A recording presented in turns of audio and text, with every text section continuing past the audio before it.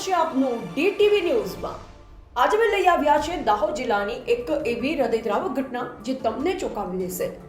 લીમખેડા તાલુકાના જેતપુર દુ ગામના આમલી ફળિયામાં છેલ્લા 3 મહિનાથી એક રહસ્યમય આફત વર્તાઈ રહી છે। તંદુરસ્ત અને ગર્ભવતી ગાયો પણ અચાનક જમીન પર પછડાઈ માત્ર 2 સેકન્ડમાં જ મોતને ભેટે છે। કોઈ બીમારીના લક્ષણ વગર અત્યાર સુધીમાં 75 થી વધુ દૂધાળા ગાયો ભેંસો અને બળદોના મોત થયા છે। આમલી ફળિયામાં રહેતા ભરવાડ સમાજના 8 પરિવારો સંપૂર્ણપણે પાયમાલ થઈ ગયા છે। કુલ 40 લાખથી વધુનું આર્થિક નુકસાન પશુપાલન પર ગુજરાન ચાલતા આ ગરીબ પરિવારો પર આ તૂટી પડ્યું છે। ડીટીવી ન્યૂઝને આપેલી ખાસ વાતચીતમાં મોતીભાઈ ભરવાડે કહ્યું કે અચાનક આટલી મોટી માત્રામાં દૂધાળા પશુઓના મોત થતા અમે પશુપાલન કરી ગુજરાન ચલાવતા ભરવાડ સમાજના અંદાજે 8 જેટલા પરિવારો પાયમાલ થઈ ગયા છે। એક પરિવારને 3 થી 4 લાખ રૂપિયાનું નુકસાન થયું છે। 75 થી પણ વધુ દૂધાળા પશુઓના મોત નીપજ્યા છે અને કેટલાક પરિવારોએ તો પોતાના તમામ પશુઓ ગુમાવી દીધા છે, જેથી કુલ મળી 40 લાખથી વધુ રૂપિયાનું અમને નુકસાન થયું છે। મોતીભાઈએ વધુ વિગતે જણાવ્યું કે તેમની એક તંદુરસ્ત અને ગર્ભવતી ગાય રાત્રે 10 વાગ્યાની આસપાસ અચાનક જ જમીન પર પછડાઈ અને ગણતરીની સેકન્ડોમાં મૃત્યુ પામી। આ જ રીતે આખા ફળિયામાં 75 થી વધુ પશુઓના મોત થયા છે। ગામમાં ગભરાટ અને ભયનો માહોલ છે। આર્થિક વિનાશની વાસ્તવિક તસવીર 8 પરિવારને કુલ 40 લાખથી વધુનું નુકસાન, દરેક પરિવારને 3 થી 4 લાખ, કેટલાકને 5 થી 4 લાખ। એક પરિવારમાં તમામ પશુઓ મૃત્યુ પામ્યા, રોજગાર છીનવાઈ ગયો। દેવાના ડુંગર નીચે દબાયેલ પરિવારો હવે શું કરશે? તંત્રની ઘોર બેદરકારી સવાલોની જડી।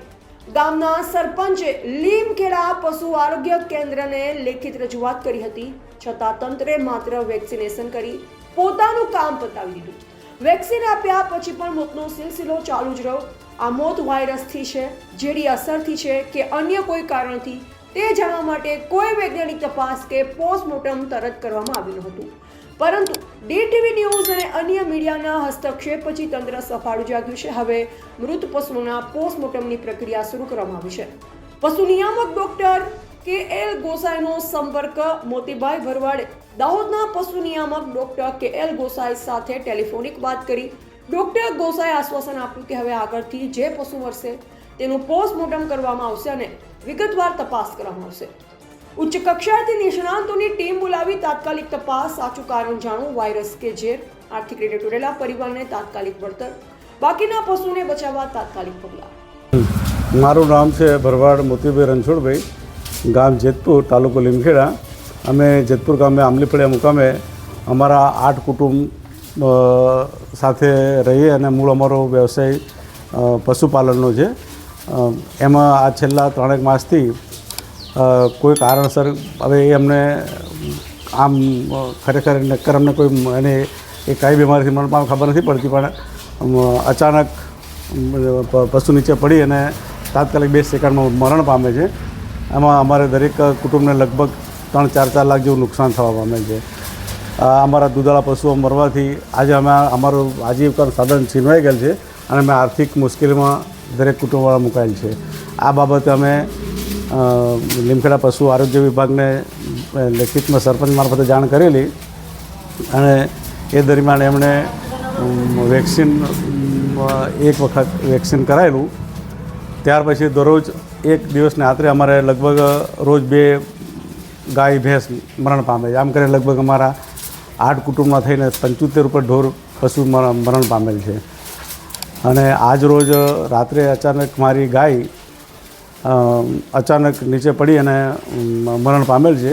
જે બાબતે મેં ગોસાઈ સાહેબનો સંપર્ક કરતા તેઓએ મને એનું પોસ્ટમોર્ટમ કરવા માટે ટીમ મોકલું છું એવું હૈયાધારણ આપેલ છે।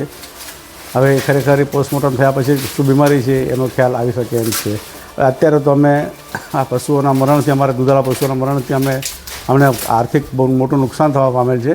એક અમારા કુટુંબને લગભગ આશરે ગણીએ તો 3 થી 4-5 લાખનું નુકસાન થવા પામેલ છે, જેથી અમે આજે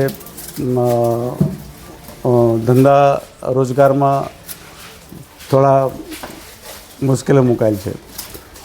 દોસ્તો, આ ઘટના ફરી સાબિત કરે છે કે ગરીબ પશુપાલકોના દુઃખની કોઈને પરવા નથી. ડીટીવી ન્યૂઝ આ મામલાને સતત ફોલો કરશે. અમે તંત્રને જવાબદાર ઠેરવવા માટે અવાજ ઉઠાવતા રહીશું. જો તમે પણ આ પરિવારને સહાય કરવા માંગતા હો તો કમેન્ટમાં જરૂરથી જણાવો.